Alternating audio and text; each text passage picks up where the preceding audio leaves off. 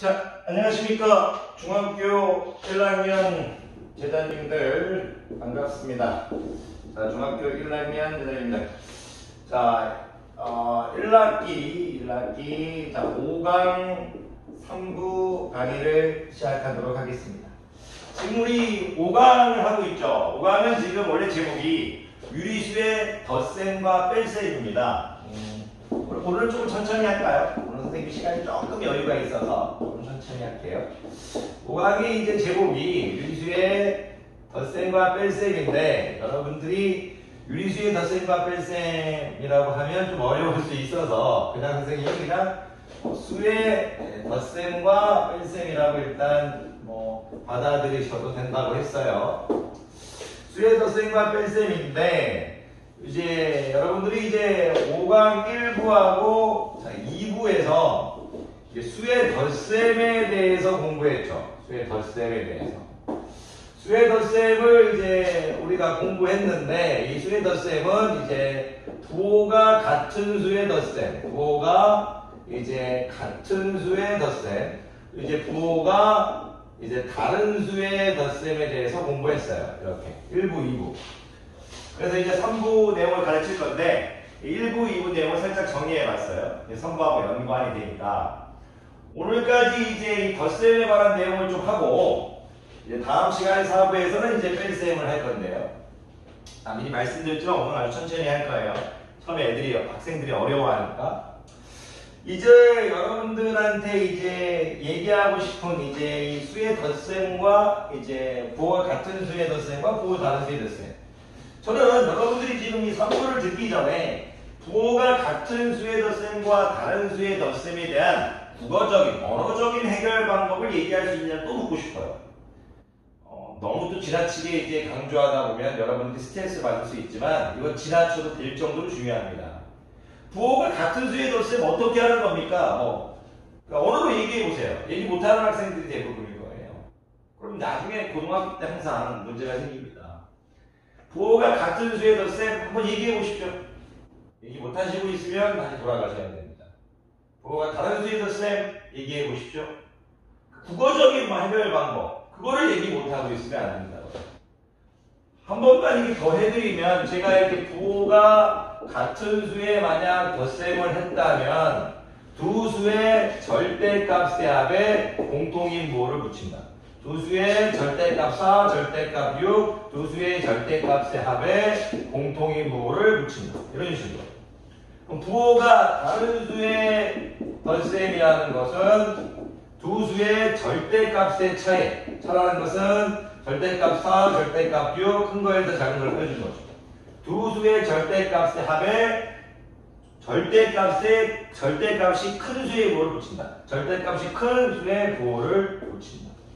그렇게 제가 말씀드렸습니다. 자, 이런 것들을 여러분들이 하실 수 있기를 진심으로 바랍니다. 문제를 푸는 게 아니고 이야기하실 수 있는 게 소원입니다.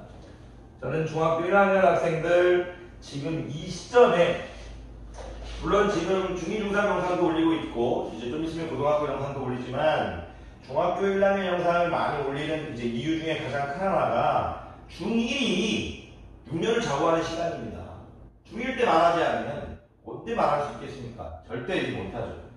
자, 오늘 배울 잔소리가 길어서 죄송합니다. 여러분들 아끼는 마음이라는 거 이해해 주십시오. 중학교 1학년 1학기 5강 3부인데요. 우리가 이 5강 3부에 대한 건 뭐냐면, 제목부터 일단 얘기하면 덧셈의 계산 법칙에 대해서 강의할 겁니다. 무슨 말이냐면, 우리가 지금 크게 덧셈을 배우고 있죠. 우리는 덧셈을 잘하기 위해서는 어떤 계산 법칙이 있을까? 막무가내로 하지 말고, 그냥 막 하지 말고, 어떤 계산 법칙을 알게 되면 그 계산 법칙에 따라 계산을 하면 계산이 평소보다 쉬워진다. 그렇겠죠. 덧셈의 계산 법칙, 덧셈을 쉽게 하는 어떤 법칙들이 있을까? 그것을 배워보자 이거예요. 오늘 가르치게 될 덧셈의 계산 법칙, 덧셈에는 어떤 덧셈을 쉽게 하는 계산 방법에는 어떤 것들이 있을까? 두 가지만 가르치가야겠다. 그런데 이 덧셈의 계산 법칙이라는 것은 중학교 1학년 때도 나오고 고학년이 돼도 계속 나오니까 지금 개념을 완벽히 이해하셔야 됩니다. 덧셈의 계산 법칙은 두 가지를 가르치는데요. 자, 덧셈의 계산 법칙 두 가지 중에서 첫 번째 덧셈의 교환 법칙을 먼저 가르칩니다. 덧셈의 교환 법칙. 그리고 그 다음에 이제 덧셈의 결합 법칙을 가르칠 건데, 이거를 이제 너무나게 이제 수학적으로 가르치면 좀 재미없을 수 있어서 그냥 편하게 가르치겠습니다. 물론 이제 수학적으로 가르치는 건 맞는데 너무 수학적으로 들어가지 않겠다는 얘기예요. 너무 고학년들이 쓰는 용어들을 쓰지 않겠다는 얘기예요. 네, 여러분들이 맞는 용어만 쓸게요. 덧셈의 교환 법칙은 뭐냐면, 제가 만약에 2 더하기 3이 뭐냐 하면 여러분들이 저한테 이런 말 할 거예요. 장난하세요. 오구죠. 물어볼게. 3 더하기 1은 뭐니? 그것도 오구죠. 갑자기 여러분들은 저한테 지금 이 자식이 뭐 중학교 1학년을 무시하냐 이렇게 하실 수 있습니다. 이게 무슨 뜻이냐면 2 플러스 3이나 3 플러스 2나 값이 똑같다는 얘기입니다. 이걸 수학적으로 덧셈의 교환 법칙이라고 얘기합니다. 약간 감은 오셨죠? 그러면 이런 덧셈에 대한 교환 법칙에 대해서 조금 문자로 얘기하면 A 더하기 B나 B 더하기 A가 똑같다는 얘기입니다. 이게 바로 덧셈에 대한 교환 법칙입니다. 자, 이렇게 해놓고 중학교 1학년 때는 마무리를 해버리는데요. 조금 더 이제 길게 얘기하면 A와 B의 순서를 바꾸어도 그 계산 결과가 같다 이겁니다. A와 B의 순서를 바꾸어도 그 계산 결과가 같다. 이걸 덧셈의 교환 법칙이라고 얘기하시면 됩니다. A와 B의 순서를 바꾸어도 덧셈은 덧셈이라는 걸 해볼까요? 덧셈은 그 계산 결과가 같습니다. 이걸 여러분들한테 덧셈의 교환 법칙이라고 합니다. 따라해 보셔야 됩니다. A 플러스 B, B 플러스 A 여기까지만 하지 마시고 조금 더 길게 A와 B의 순서를 바꾸어도 덧셈은 그 계산 결과가 같다. 이걸 덧셈의 교환 법칙이다. 이렇게 말씀해 주셔야 됩니다. 자, 이제 하나만 더 배우고 응용을 하면 5강 3부가 끝납니다. 조금만 힘내십시오.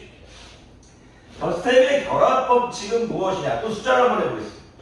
얘들아, 2 더하기 3 더하기 5는 일반적으로 이렇게 돼 있으면 2 더하기 3부터 하는 거죠. 발로를 쳐볼게요. 2 더하기 3 더하기 5 하면 10이 됩니다. 그런데 제가 아이들한테 원래 이거죠.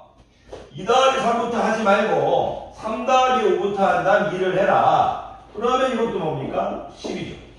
무슨 얘기냐? 어떤 2 더하기 3 더하기 5라는 이런 계산값은 앞에 있는 두 수를 더해서 뒤에 걸 계산하거나 2 더하기 3 더하기 5라는 것을 뒤에 있는 두 수를 계산하고 앞에 있는 수를 계산하거나 그 계산 결과가 같습니다. 이런 걸 덧셈의 결합 법칙이라고 합니다.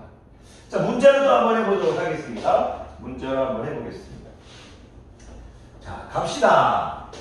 덧셈의 결합 법칙은 A 더하기 B 더하기 C라는 식에서 우리는 앞에서부터 하니까 일반적으로 이거부터 해주겠죠. 그런데 I를 뒤에 있는 두 수부터 했다고 해서 계산 결과가 바뀌지 않습니다. 그걸 덧셈의 결합 법칙이라고 합니다. 국어로 얘기해 볼까요? 덧셈에서 편하게 세 개의 원소를 더할 때 이렇게 하도 되고요. 자, 할게요. 임의의 원소, 이런 표현 쓰면 여러분들 어렵습니다. 여기 할게요. 앞에 두 식을 더해서 나머지 식을 더하나. 여러분 수준에 맞게 읽는 거예요. 앞에 두 식을 더해서, 앞에 두 식이라고도 하지 말까요? 여러분들한테 두 수라고 할까요? 앞에 두 수를 더해서, 앞에 두 수를 더해서 나머지 수를 뒤에 있는, 나머지 수가 아니고 뒤에 있는 수를 더하라. 뒤에 있는 수를. 죄송해요. 어려운 용어를 여러분들 쓰지 않으려고 하다 보니까 조금 이제 말이 좀 유치해지긴 하네요. 죄송합니다. 자, 앞에 두 수를 더해서 뒤에 있는 수를 더하나 뒤에 있는 두 수를 더해서 앞에 있는 수를 더하나 그 계산 결과가 같답니다. 되셨습니까?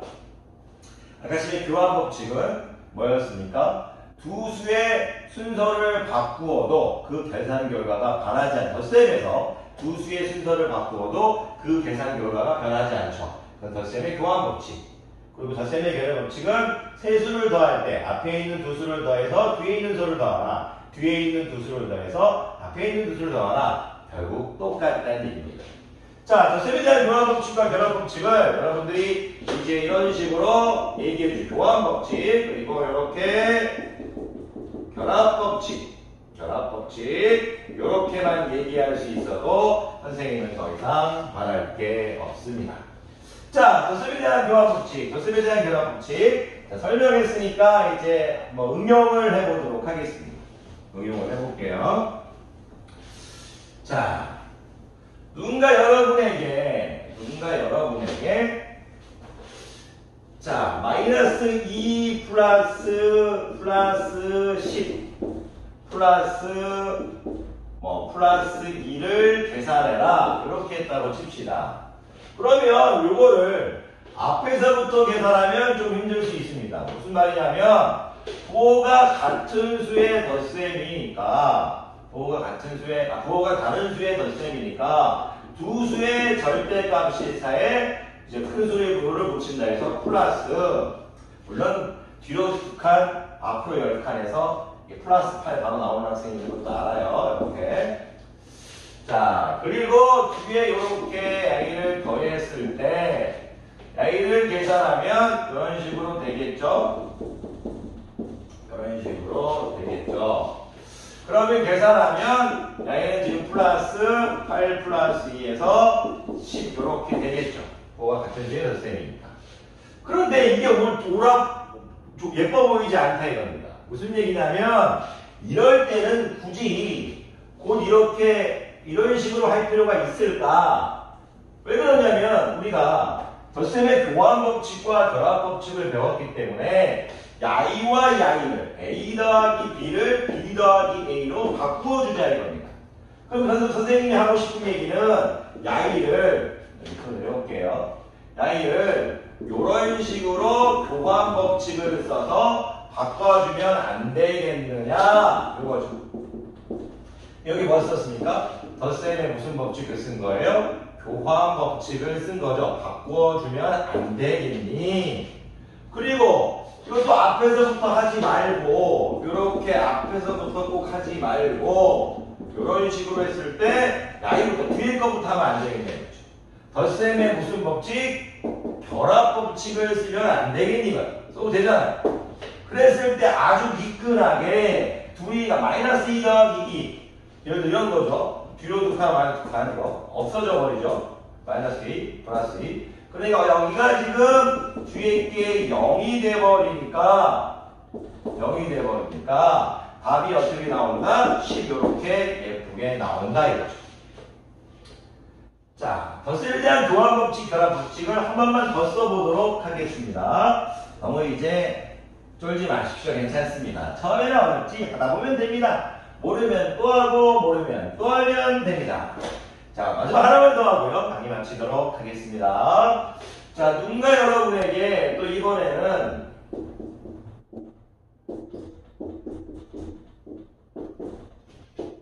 이런 식을 계산하는 겁니다. 그러니까 이런 생각을 한 겁니다. 아, 여기는 마이너스, 여기는 음수, 양수, 음수니까 일단은 뭘 하냐면 양수를 일단 앞으로 당기고 이렇게 음수를 뒤로 일단 가져갔습니다. 왜냐면 음수는 음수끼리 모아주고 싶어서 이렇게 이제 이런 거예요. 만약에 우리가 여성, 남성이라고 보면 여성 사이에 남성이 있는 것보다는 남성 먼저 빼고 여성 두 개를 이렇게 모아줬다고 생각하시면 됩니다. 이랬을 때 이제 교환 법칙을 제가 썼죠. 그 다음에 결합 법칙을 쓰면 부호가 같은 수의 덧셈이니까 이렇게 되겠죠. 절대값의 합에 공통인 부호를 붙이는 거니까 그것도 이제 이렇게 계산하면 이렇게 되겠죠. 이제 계산하실 수 있죠? 좀 빨리 할까요, 이제? 자, 뒤로 30칸, 앞으로 5칸, 뒤로 25칸 이렇게 읽으면 되죠. 이게 싫으시다면 또 부호가 다른 수의 덧셈은 절대값의 차에 절대값이 큰 수의 부호를 붙인다. 이렇게 계산해도 됩니다. 제가 이제 드리고 싶은 말씀은 뭐냐면 모르는 덧셈의 계산 법칙 중에 교환 법칙을 배웠고 교환 법칙이 뭐냐 물어봤을 때 교환 법칙 A 플러스 B는 B 플러스 A 결합 법칙은 A 더하기 B 더하기 C에서 A 플러스 B의 발로 치고 B 플러스 C의 발로 치기 똑같다. 이 정도 얘기할 수 있어야 되고 조금 더 공부를 하고 싶다면 그거로 얘기해라고 하죠. 교환 법칙은 두 수의 덧셈에서 두 수의 순서를 바꾸어도 계산 결과가 똑같다는 얘기입니다. 덧셈의 결합 법칙은 세 수의 덧셈에서 앞에 두 수를 더하고 뒤에 수를 나중에 더하든지 뒤에 있는 두 수를 더하고 앞에 있는 수를 더하든지 계산 결과가 똑같다는 얘기입니다. 강의들아 고생이 많으셨습니다.